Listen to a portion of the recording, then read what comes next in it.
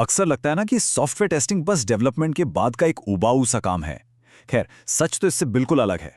Testing कोई side task नहीं है, बल्कि ये एक बेहद स्ट्रक्चर्ड और क्रिटिकल इंजीनियरिंग डिसिप्लिन है।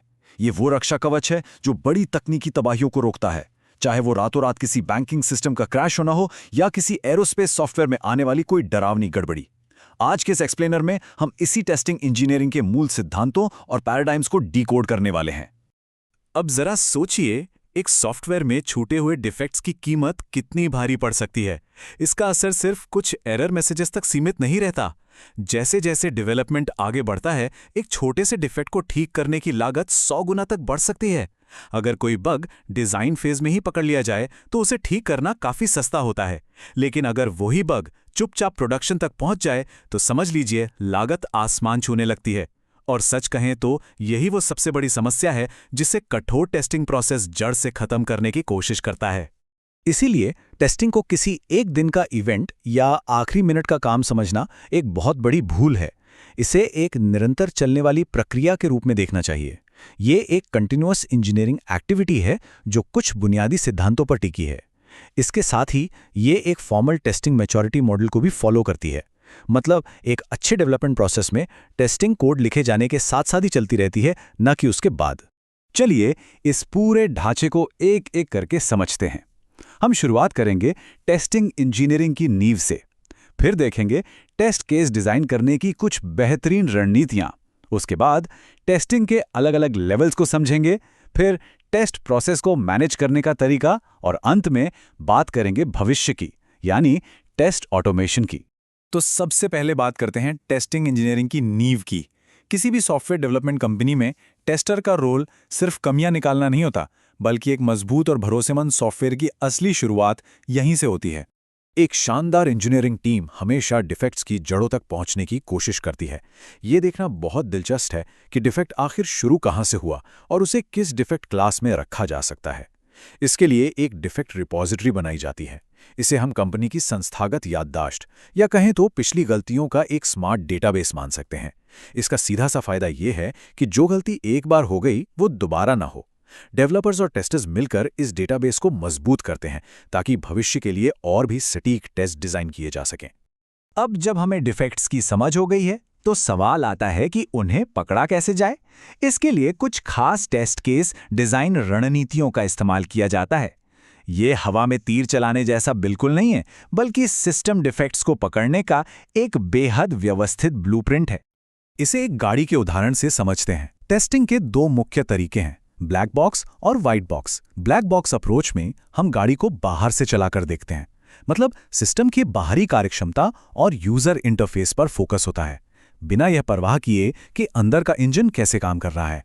लेकिन व्हाइट बॉक्स अप्रोच बिल्कुल अलग है। इसमें सीधे गाड़ी का बोनेट खोला जाता है और सॉफ्टवेयर के अंदरूनी कोड, लॉजिक, वायरिंग और इंटरनल स्ट्रक्चर की गहराई से जांच की जाती है। ब्लैक बॉक्स रणनीतियों की खासियत ही यही है कि टेस्टर को सोर्स कोड देखने की कोई जरूरत नहीं होती। इसमें बहुत स्मार्ट तरीके अपनाए जाते हैं, जैसे इक्विवेलेंस क्लास पार्टीशनिंग, जहां हर एक इनपुट को चेक करने के बजाय डेटा को अलग अलग समूहों में बांटकर टेस्ट किया जाता है। साथ ही बाउंड्री वैल्यू एनालिसिस के जरिए डेटा की बिल्कुल आखिरी सीमाओं को परखा जाता है।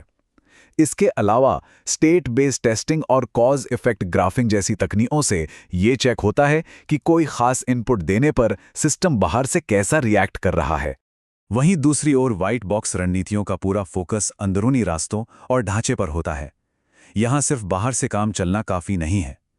टेस्ट की पर्याप्तता को स्ट्रक्चरल कवरेज और कंट्रोल फ्लो ग्राफ यानी कोड के अंदरूनी नक्शों से मापा जाता है। इसका लक्ष्य यह पक्का करना है कि लिखे गए कोड की हर एक लाइन और हर एक लॉजिक रास्ते का टेस्ट हो चुका है। कोड कॉम्प्लेक्सिटी टेस्टिंग से यह भी जांचा जाता है कि अंदरूनी कोड कितना उलझा हुआ है या कितना सीधा है। चलिए अब देखते हैं कि ये सब एक साथ कैसे जुड़ता है। बिल्कुल एक ऊंची और मजबूत इमारत की तरह सॉफ्टवेयर टेस्टिंग का निर्माण भी मंजिल दर मंजिल होता है। इस निर्माण की एक बहुत ही खास हायरार्की है।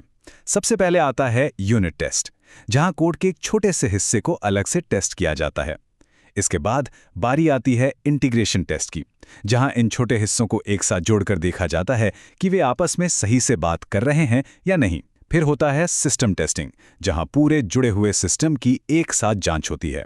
और अंत में एक्सेप्टेंस टेस्टिंग की मोहर लगती है, जो ये सुनिश्चित करती है कि सॉफ्टवेयर ने वास्तव में उपयोगकर्ता की ज़रूरतों को पूरा किया है। हालांकि इन बुनियादी लेवल्स के अलावा भी बड़े और जटिल सिस्टम्स के लिए कई विशेष टेस्टिंग डोमेन्स की ज़रूरत होती है। उदाहरण के लिए यूजेबिलिटी और एक्सेसिबिलिटी टेस्टिंग ये पक्का करती है कि सॉफ्टवेयर इस्तेमाल में आसान हो।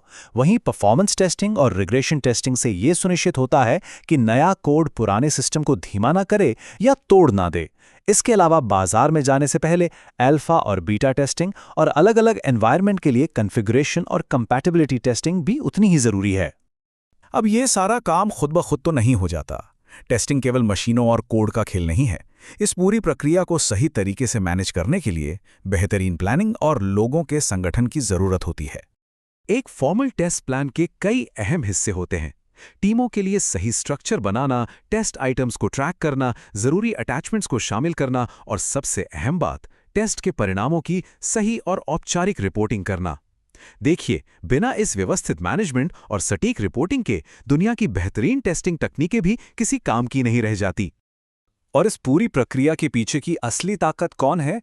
वो है टेस्ट स्पेशलिस्ट।